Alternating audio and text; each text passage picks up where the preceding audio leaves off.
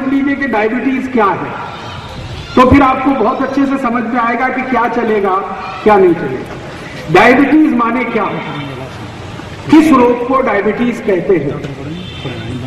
हमारे शरीर में हम जो कुछ भी खाते हैं, मैंने आपको कल भी कहा था, परसों भी कहा था, जो कुछ भी खाते हैं इसमें जो मीठा तत्व है जिसको हम शुगर कहते हैं, अंग्रेजी में कई बार उसको ग्लूकोज कहते हैं, सुक्रोज कहते हैं, फ्रक्टोज कहते हैं, ये शुगर के अलग अलग नाम हैं। तो भोजन के अंदर ये जो कुछ भी है ये शरीर को सबसे जल्दी और सबसे आसानी से ऊर्जा देने वाला तत्व है। आपने जो कुछ भी खाया शरीर उसको पचाएगा, और ये जो कुछ भी पचा हुआ तत्व है ये हमारे रक्त में जाएगा। कुछ भी आप खाएंगे शरीर उसका पाचन करेगा, पाचन करने के बाद वो आपके रक्त में जाएगा। रक्त के अंदर बहुत सारे सेल्स होते हैं जिनको हम कोशिकाएं कह सकते हैं। तो ये जो सेल होते हैं, कोशिकाएं होती है रक्त के अंदर, ब्लड सेल्स जिनको ज्यादा अच्छे शब्दों में कहें रक्त कोशिका, इन ब्लड सेल्स की कुछ इस तरह की बनावट होती है जैसे आपके घर का दरवाजा। आपके घर में एक दरवाजा होता है, अगर ये दरवाजा बंद है तो आप अंदर घर में प्रवेश नहीं कर सकते। आप पहले दरवाजे पे कॉल बेल बजाएंगे, घंटी बजाएंगे, कोई दरवाजा खोलेगा, फिर अंदर आप प्रवेश करेंगे। तो हमारे रक्त के अंदर जो कोशिकाएं होती हैं वो ऐसे ही दरवाजे जैसे होती है। सामान्य रूप से रक्त कोशिकाओं का दरवाजा ऐसे बंद रहता है, रक्त कोशिकाओं का दरवाजा इस तरह से बंद रहता है। अब ये जो हमने कुछ खाया है, खाने के अंदर जो कुछ भी मीठा तत्व है जिसको आप ग्लूकोज कहिए या एनर्जी कहिए, ये रक्त के अंदर आता है और कोशिकाओं के अंदर आने के लिए ये दरवाजे पर खड़ा हो जाता है। इस मीठे तत्व को रक्त कोशिका के अंदर लाने के लिए एक कैरियर होता है। कैरियर माने वाहक, जैसे घोड़ा है, घोड़े पर बैठा हुआ घुड़सवार है, तो घोड़ा कैरियर है, घुड़सवार अंदर जाने वाला व्यक्ति है। तो एक कैरियर होता है, उसी कैरियर का नाम है इंसुलिन। ये इंसुलिन हमारे पेट में एक छोटी सी ग्रंथि होती है जिसको पैनक्रियास कहते हैं, वहां उत्पन्न होता है। इंसुलिन का काम क्या है कि आपने जो कुछ भी भोजन में खाया है उसमें जो ऊर्जा तत्व है सबसे आसानी से घुलने वाला, जैसे ग्लूकोज या सुक्रोज या फ्रक्टोज या शुगर कहिए, इसको इंसुलिन अपने ऊपर बिठा के दरवाजे पर लेके आता है, ब्लड सेल के दरवाजे पर, और इंसुलिन दरवाजे की घंटी बजाता है। जैसे ही दरवाजा खुलता है तो उसका जो शुगर तत्व है वो इंसुलिन के साथ अंदर आ जाता है। अब जब शुगर तत्व इंसुलिन के ऊपर बैठकर अंदर आ गया रक्त कोशिका में, तो ये स्वस्थ व्यक्ति की निशानी है। अगर व्यक्ति स्वस्थ है तो उसको इंसुलिन रक्त के अंदर कैरियर के रूप में काम करेगा और अंदर उसकी एनर्जी पहुंचाता रहेगा।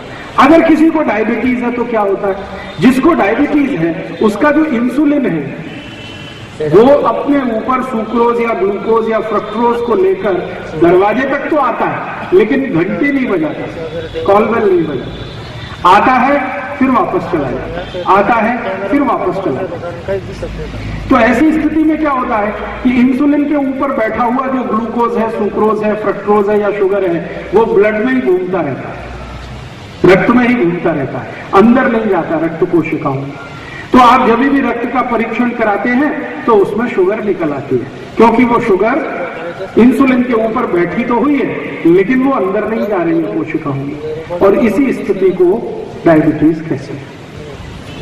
डायबिटीज का सीधा सा मतलब है कि आपके शरीर में बनने वाली इंसुलिन आपके शरीर के भोजन में से निकलने वाले शर्करा तत्व को अंदर लेके नहीं जा रही है। इसका मतलब यह है कि इंसुलिन या तो आलसी हो गई है या इंसुलिन बनना कम हो गई। जब इंसुलिन आलसी हो जाती है तो डायबिटीज ठीक होना आसान हो जाता है, लेकिन जब इंसुलिन बनना ही कम हो जाती है तो डायबिटीज का ठीक होना थोड़ा मुश्किल हो जाता है। तो अगर इंसुलिन आलसी हो गई है तो इस आलसी इंसुलिन को थोड़ा तेजस्वी बनाएं, इसका आलस्य दूर हो जाए, इसके शरीर में जो स्लगिशनेस आई है ये खत्म हो जाए, ये उद्देश्य होता है औषधि का। और या इंसुलिन बनना अगर बहुत ही कम हो गई है तो इंसुलिन ज्यादा बने। इन दोनों ही स्थिति में जो समझने की बात है वो ये कि किसी के शरीर में इंसुलिन आलसी कब होती है? ये एक ही कारण से होती है, जिसके शरीर में रक्त के अंदर कोलेस्ट्रॉल की मात्रा बढ़ गई हो, उसी के शरीर की इंसुलिन आलसी होती है। तो इसका मतलब क्या हुआ? इसका मतलब ये हुआ कि अगर आपके शरीर की इंसुलिन आलसी हो गई है, काम नहीं कर रही है ठीक से, तो उसके शरीर में कोलेस्ट्रॉल बढ़ गया है। तो कोलेस्ट्रॉल कम करिए तो इंसुलिन काम करना शुरू करेगी। तो डायबिटीज ठीक करना है तो सबसे पहले कोलेस्ट्रॉल कम करना पड़ेगा। ये बात सबसे आसान है समझना।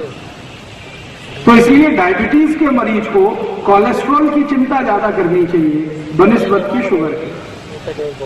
हम शुगर खाएं कि न खाएं ये इतना महत्वपूर्ण नहीं है। इससे ज्यादा महत्वपूर्ण है कि आप ऐसा भोजन कभी भी न खाएं जो कोलेस्ट्रॉल बढ़ाता हो, क्योंकि कोलेस्ट्रॉल के बढ़ने से आपको डायबिटीज होती है।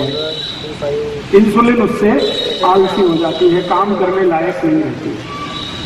बहुत कम ऐसे मरीज होते हैं जिनकी पैनक्रियाज खत्म हो जाए या काम बिल्कुल ना करे और इंसुलिन बनाना बंद कर दे, ऐसे बहुत कम मरीज होते हैं।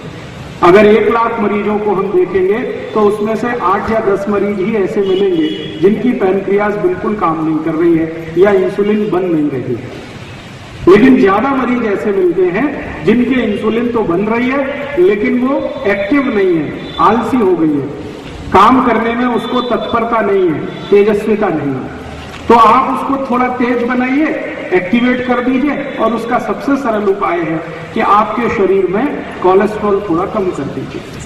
तो डायबिटीज के मरीजों को सबसे ज्यादा काम करने की जरूरत है इस विषय पर कि उनका कोलेस्ट्रॉल कम हो। तो खान पान ऐसा रखिए जिसमें कोलेस्ट्रॉल कम से कम होता चला जाए। अब आप ये पूछेंगे कि कैसे खाएं, क्या खाएं जिससे कोलेस्ट्रॉल कम हो जाए। तो मैंने आपको कल एक बात बताई थी कि कोलेस्ट्रॉल कम करना है तो कभी भी डालडा मत खाइए, क्योंकि ये डालडा सबसे ज्यादा कोलेस्ट्रॉल को बढ़ाता है। डालडा किसी भी नाम से मिले, वो गगन के नाम से मिल सकता है, वो बजरंगबली के नाम से मिल सकता है, हनुमान के नाम से मिल सकता है, रुचि के नाम से मिल सकता है, किसी भी नाम से मिल सकता है। डालडा आप समझते हैं वेजिटेबल ऑयल, वनस्पति घी, ये बिल्कुल मत खाइए क्योंकि इसी से कोलेस्ट्रॉल बढ़ता है, तो ये मत खाइए। दूसरी कौन सी चीज ना खाएं जिससे कोलेस्ट्रॉल बढ़ता है? दुनिया में 2 ही चीजें हैं जिनसे सबसे ज्यादा कोलेस्ट्रॉल बढ़ता है। एक तो ये है वनस्पति घी, वो किसी भी नाम से मिले, और दूसरा है मांस, वो चाहे कोमड़ी का हो, मुर्गी का हो, चाहे मुर्गे का हो, बकरे का हो, बकरी का हो, भैंस का हो, भैंसे का हो, गाय का हो, किसी भी जानवर का मांस कोलेस्ट्रॉल बढ़ाता है। किसी भी जानवर का मांस कोलेस्ट्रॉल बढ़ाता है। इस बात को बहुत ध्यान से आप समझ लीजिए, सुन लीजिए। कोई भी जानवर दुनिया में मांस के रूप में अगर खाया जाए तो मनुष्य शरीर के कोलेस्ट्रॉल को सबसे ज्यादा बढ़ाता है। और दूसरा कोलेस्ट्रॉल को बढ़ाने वाला जो कारक है वो है डालडा, गगन, रुचि, सोया, ये वनस्पति घी जो अलग अलग नामों से बिकता है। तीसरी और एक आखिरी चीज है जो कोलेस्ट्रॉल को बढ़ाती है। तीसरी और आखिरी चीज वो क्या है? वो है आजकल मिलने वाले रिफाइंड तेल।